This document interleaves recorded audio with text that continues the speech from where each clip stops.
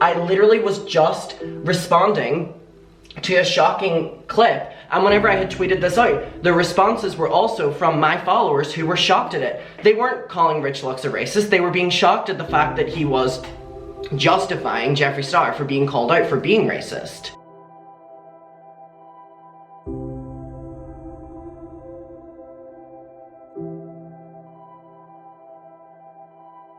Adam Mcintyre has recently been in the spotlight for tweeting out on Twitter an old tweet that involved Rich Lux and his past.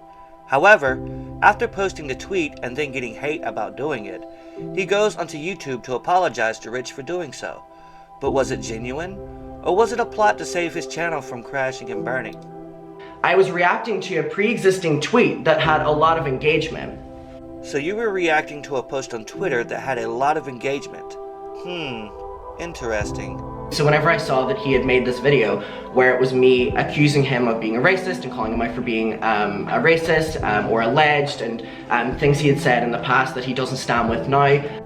So it was okay for you to retweet something that you had no assurance about, and if you still stood by it, but you still wanted to post it anyways, just for the engagement with your audience. I was responding to a shocking clip of him, and I can still say from hearing him now, it is still a shocking clip. So you were responding to a shocking clip that mysteriously just popped up out of nowhere at the same time that you and Rich Lux were both nominated in the same category for the Steamies. Sounds about right. Again, I completely respect where he's coming from in this video. I completely respect it, but I never tweeted out that he was racist. So you're gonna sit here and tell me that you did not tweet this out? Your fingers never touched the keyboard, not once, to send this little tweet out to all of your followers whom are also voting for you at the same time as they are voting for Rich Lux? You cannot sit here and tell me that you did not tweet out this tweet. Even if it's just a retweet of an old tweet, you're still in fact tweeting out this information to the public knowingly and willingly. So you're lying to everyone, including your fans, for saying you never tweeted this out, and it's just ludicrous. Retweeting old clips from things that I've already addressed from years ago. And again, the point that's brought up throughout this video is that I responded to multiple different clips of him and was just calling him racist, and it was this smear campaign, which is what a lot of people are calling it. It was one clip. I responded to it and said one word. I didn't call him anything attached with that. I was responding to a shocked clip, the same way I would respond to it if anyone else had said that kind of stuff. That was it. And he goes on to say that the reason that I did this was because I wanted to win the Steamy Award, the H3 Steamy Award. Which is an interesting point, because if I see a shocking clip, and again, I respect where he's coming from now and I completely understand and I acknowledge that he's apologized for this in the past, and that's why I'm going to be deleting the tweet. But at the same time, to assume that the only reason that I'm being shocked at a clip of you being problematic is because I want to win an award is not the angle I'm taking from it. I could have been sent this tweet last week, and I would have also said what? I could have been sent it next week, and I would have also said, it's just because the Steamy Awards were happening. First of all, I'm pretty sure at the time of this, which it doesn't even matter, but I'm pretty sure at the time of this, the Steamies were already filmed and the voting was already over. It was never once a case of that, and it's also really important to know that if I see a shocking clip of someone saying something problematic, and I don't know the context of it, I'm going to have the same reaction to it, regardless of if we're nominated for an award or we're not. Yet you still took it upon yourself to send out this tweet to all of your followers anyways, not knowing the consequences that came with it from doing it. Also, another thing, just by looking at your channel alone, it's obvious that you're an H3 stan. You're obsessed with Ethan Klein and the podcast, and have made many videos about them and talking about them and how much you love them. So to sit here and say that you did not do this to try and win this award or gain some type of attention from it while this whole Steamies thing was happening is just ridiculous, period. You keep making excuses after excuses for why you tweeted out this old tweet. So was your apology even genuine? Or were you just trying to save face? Because every time you apologized, you made another excuse as to why you tweeted it out, period. I'm deeply sorry, and I genuinely fucking mean that. Because whenever I see this clip on Twitter, I didn't run to see if there was apology videos for it. I was just shocked by what was inside of the video, what you had said in the video. However, in knowing that you'd done apology videos and that you'd done this here and this is not how you align anymore, and again, I was just shocked by the video. However, I'm able to completely acknowledge that you've not only moved past this, but that you've apologized relentlessly for this.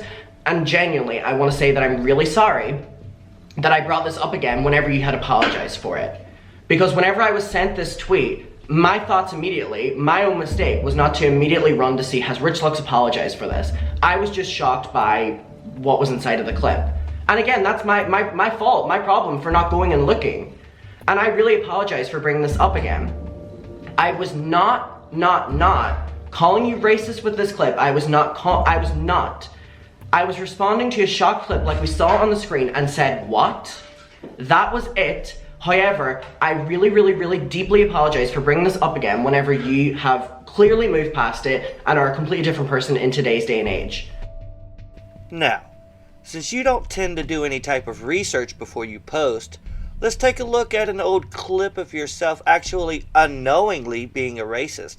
Because yeah, this clip I'm about to show not only you, but also your audience, since they need to be in the know apparently, is a clip of you being racist. Period.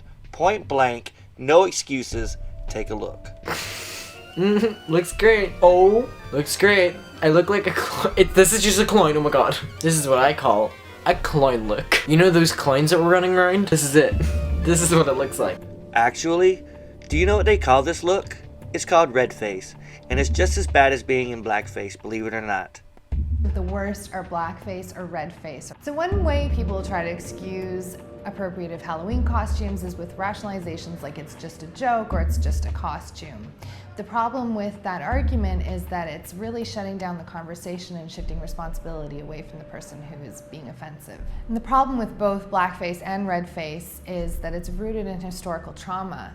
So minstrel shows and then later Hollywood would use white actors in black or red face to depict black people or indigenous people in gross, misguided stereotypes, while black people were enslaved or had no civil rights, and while indigenous people were dealing with a mass genocide. And what people who dress in black and red face fail to recognize is that this historical trauma has repercussions in the present day, with examples like Trayvon Martin, Mike Brown, Ezell Ford, John T. Crawford, Neil Stonechild, and the thousands of missing and murdered indigenous women like Bella Labucon McLean, Cheyenne Fox, Tina Fontaine, and I could go on. And this is all related to a system that seeks to erase black and indigenous identity, culture, and people and replace them with a monolithic stereotype. And it continues in the present day in Hollywood, on television, and with the pandemic issue of racialized oppression and violence. You see, red face is used to mock Indians, which is another reason that the Chiefs changed their name and banned people from using the red face paint at their games. Red face has been used to describe non-native adoption of indigenous cultures, no matter how sympathetic. Red face has also been used to describe Indian Halloween costumes that are seen as offensive by native people. It doesn't matter what skin tone you're trying to portray, black face, brown face, yellow face, red face, any colored face that you wear that isn't yours is racist. Cases of blackface, brownface, redface, and yellowface have involved people from different social statuses, including celebrities, college students, and elected officials. So now, who is really the racist in this situation, now that we are taking a deeper look? Maybe this video should have been taken down a long time ago so I wouldn't have found it and shown it to your audience. But oh wait, I was shocked. I was so shocked at this video and how ignorant you were while making it. Even if it was years ago. Sucks, doesn't it? To bring to light something that you were ignorant to back then, but yet you feel differently today about, and react to it with hate towards other people before actually really looking deeper into it before reacting. My whole point here is, next time you decide to post something, make sure you have the facts. Make sure you're not about to do something you regret later, because eventually your past will catch up with you, and there's no backing down. There's no more second chances. Think about that.